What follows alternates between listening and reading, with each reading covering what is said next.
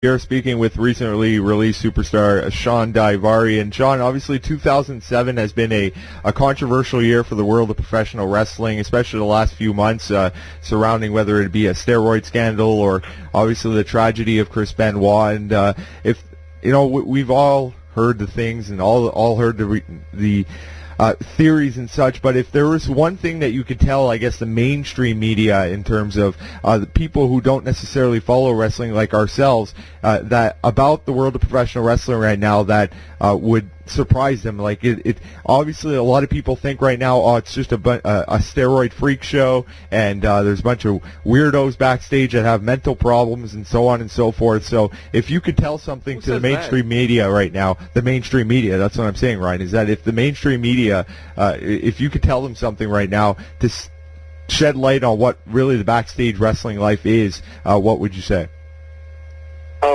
One thing I'd say is you can't take couple people and generalize a whole business upon them.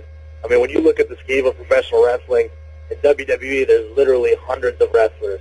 In the industry of professional wrestling, there's thousands. If you consider WWE, TNA, all the independents, Mexico, Puerto Rico, Europe, Japan, there are thousands and thousands of wrestlers out there. To be able to generalize the whole industry just based on a couple people is absolutely ridiculous. And sometimes when the media covers a handful of guys over and over and over and over again, it seems like, you know, they're covering 5 guys 20 times. It seems like that's 100 people, but it's really just the same handful of people. I don't see, you know, in the 90s, I never saw anyone going like, all these postal workers go crazy, all these postal workers come into work with their guns and shoot up everybody. There was like 2 or 3 scenarios that happened, and you know, they generalized the whole industry based on it. A couple bad apples don't ruin a product, and to say that the whole wrestling business is like that, I think is a pretty big accusation based on a handful of people that are taking as reference. Definitely. So what character are you going to be portraying in the indie scene or wherever you're going to be wrestling these days? Are you going to be known as Shawn Daivari? You're going to be keeping your gimmick from the WWE, Cosro Daivari? You're going to be calling yourself going back to the Sheik Daivari, or what name are you going to be going by? What type of character are you going to be portraying in the coming months? Well, the character that came into WWE with me was my character. That was what I was doing on the independents before I got signed.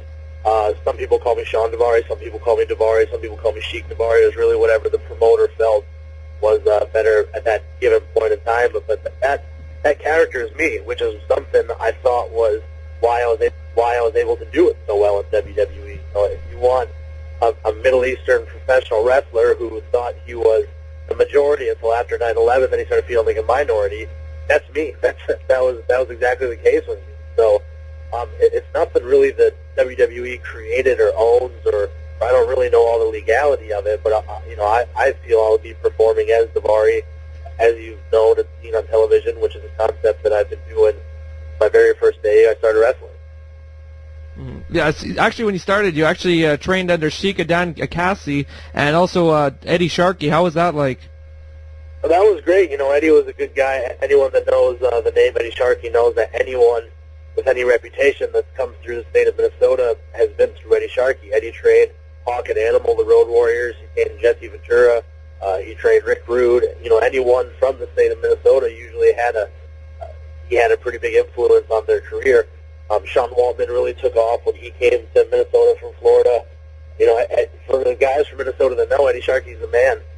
Sheik Adnan Casey, obviously he was the big Middle Eastern heel in the AWA, so he was able to more fine-tune me specifically on the Middle Eastern character. You know, he didn't really teach me how to run the ropes and grab the headlocks and stuff, but he did kind of show me what he used to do, you know, in his career that actually helped him, you know, what worked, what didn't work, and stuff that was able to get over with the audience pretty well. Have you had a chance to meet fellow Iranian, the Iron Sheik, by any chance?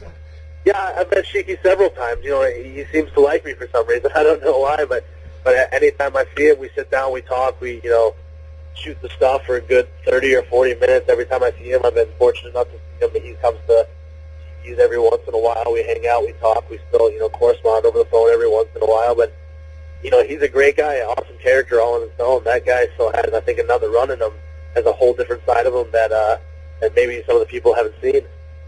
Maybe he should become a manager too. That's what I can't tell right now, if he's working or shooting when he's doing these promos nowadays, though. Like, when he sits down with you, is he just as crazy as he is in these recent appearances that he's been making? No, actually, when we sit down and talk, he's as normal can get. I've never seen him even raise his voice or get angry at anybody. I think part of him knows that when that little red light on the camera turns on, I don't know if his brain can fully depict, what's real and what isn't, but when that camera turns on, he's on. But when we sit down, he's just as normal as any other guy. We sit, we talk. He tells me about his family, about his wife, his kids. I tell him about my girlfriend and my dogs, and we just have normal conversation like anybody else would. Thanks a lot for being on the show today, Shawn Daivari. Best of luck in the future, in the coming months, wrestling around the world, hopefully. Any final thoughts before we let you go today? No, I just want to say that, I'm still out there. My career with WWE is over for right now, but it doesn't mean I'm done wrestling professionally. I'll be out there doing independent shows. I'll probably be working overseas a lot. And for anyone that's interested, they can check in www.ShawnDaivari.com if they want to get a hold of me for work any shows or anything or see what I'm up to. Or you can email my agent at booksdaivari@hotmail.com if you're interested in having me on one of your shows, autograph signing, wrestling conventions, clinics, or anything.